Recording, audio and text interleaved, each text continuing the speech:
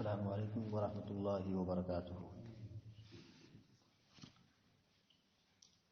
الحمد للہ رب العالمین والعاقبۃ للمتقین والصلاة والسلام علی اشرف الانبیاء والمرسلین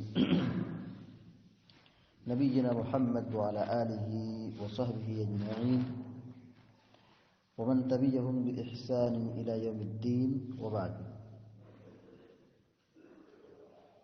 اعوذ باللہ من الشیطان الرجیم، بسم اللہ الرحمن الرحیم۔ ومن اظلم ممن ذکر بآیات ربہ ثم اعرض عنها انا من المجرمین منتقمون۔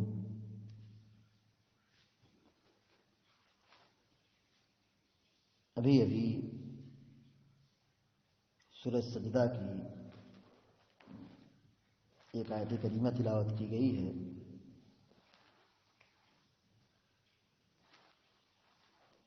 بسم اللہ رب العالمین نے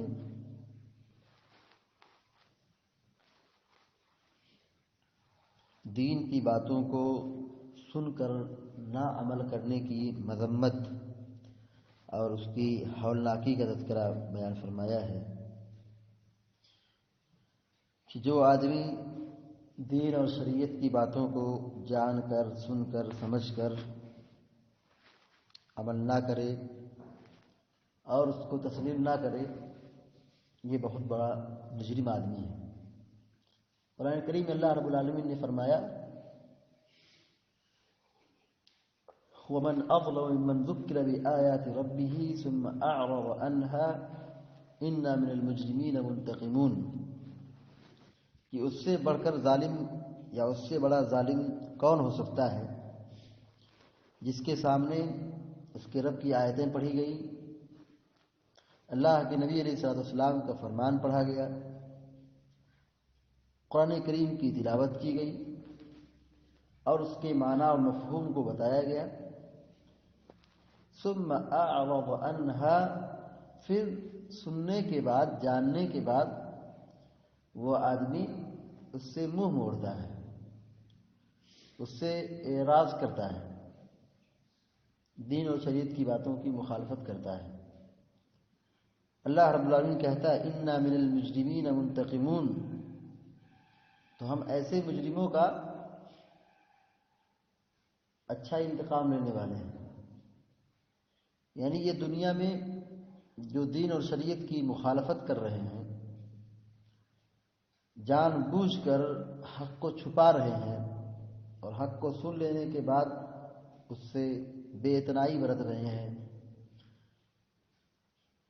اس کے مطابق عمل نہیں کر رہے ہیں، اعراض کر رہے ہیں، تو ایسے لوگوں کے لیے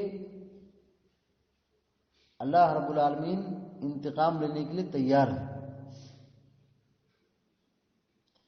اس آیت مبارکہ میں اس آدمی کو بہت بڑا ظالم قرار دیا گیا ہے۔ کس شخص کو؟ جس نے دین اور شریعت کی باتوں کو سن لیا، اس پر عمل نہیں کیا، اس سے منہ موڑ لیا۔ ہم اور آپ یہی سمجھتے ہیں کہ ظالم وہی ہے جو کسی پر ظلم کرے، مرڈر کرے، قتل کرے، پیسہ چھینے، خون بہائے، فتنہ و فساد برپا کرے۔ عام طور پر لوگ یہی جانتے کہ یہی ظالم ہے۔ یہ ظالم تو دوسروں پر ہے، یہ ظلم کر رہا ہے، دوسروں پر کر رہا ہے۔ ایک ظلم ہوتا ہے جو آدمی اپنی ذات کے اوپر کرتا ہے، اپنے نفس کے اوپر کرتا ہے۔ ایک ظلم وہ ہے جو آدمی اپنے جیسے لوگوں پر کرتا ہے، کسی کا قتل کر دیا، کسی کا سامان لے لیا، کسی کو تکلیف دے دی، تو یہ دوسروں پر ظلم ہے۔ ایک آدمی خود اپنے آپ پر ظلم کرتا ہے، اپنے نفس پر ظلم کرتا ہے۔ یہ وہ کون لوگ ہیں؟ یہ وہ لوگ ہیں جو اپنے آپ کو گناہوں میں ڈالتے ہیں، جو اپنے آپ کو اللہ کی مخالفت میں ڈالتے ہیں، کیونکہ اللہ رب العالمین کی مخالفت کرنا یہ عذاب کا باعث ہے۔ تو آدمی وہ کام کیوں کر رہا ہے کہ جس سے اللہ رب العالمین کا عذاب آئے یا آخرت میں اللہ رب العالمین کا عذاب اس کو ملے۔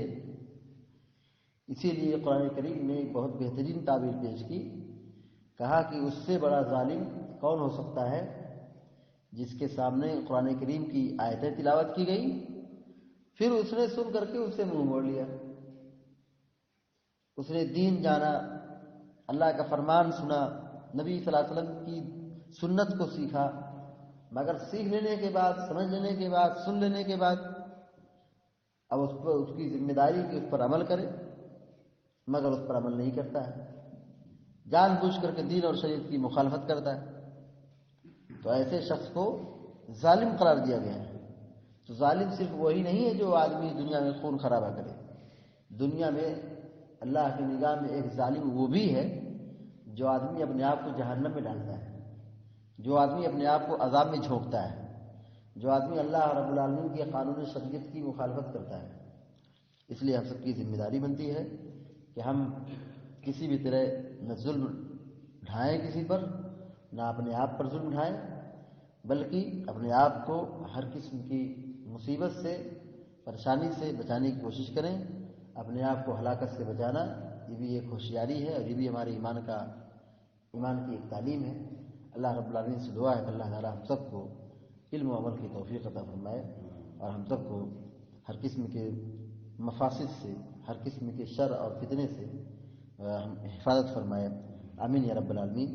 اقول قولی هذا واستغفر الله لي ولكم ولسائر المسلمين فاستغفروه انه الغفور الرحيم، وصلى الله على نبينا محمد وعلى اله وصحبه اجمعين، والسلام علیکم ورحمۃ اللہ وبرکاتہ۔